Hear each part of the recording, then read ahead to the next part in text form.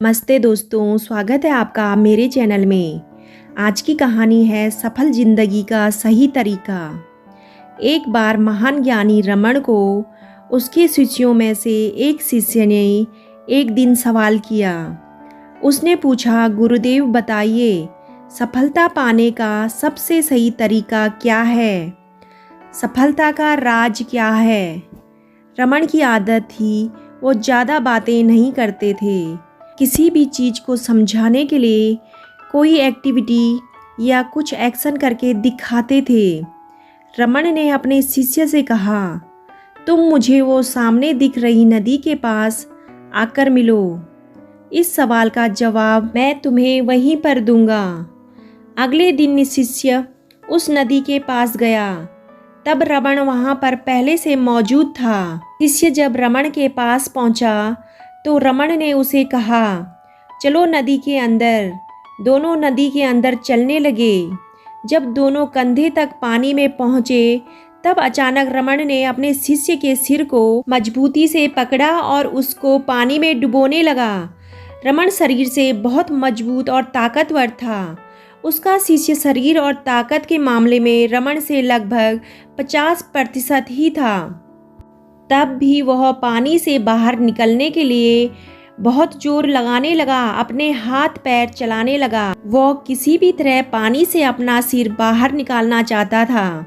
उसने अपना 100% से भी ज़्यादा जोर लगा दिया और आखिरकार रमण को धक्का मारकर अपने आप को पानी से बाहर निकालने में सफल हो गया।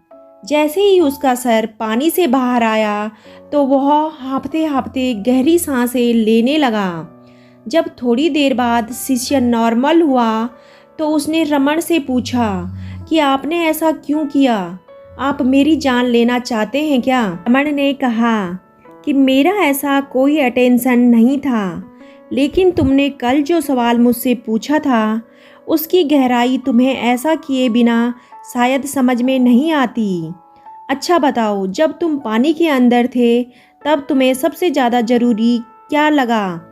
शिष्य ने कहा, तब मुझे सबसे ज़्यादा ज़रूरी सांसें लगी। रमण ने कहा, बस यही है सफलता का रहस्य और यही है सफलता का सही रास्ता। जब तुम्हें किसी भी चीज़ का लक्ष्य के बारे में ऐसा लगने लगे कि तुम्हारे लिए उससे ज़रूरी दुनिया में कुछ नहीं है, सफलता चाहे कितनी मुश्किल हो तुम उसे पा ही लोगे।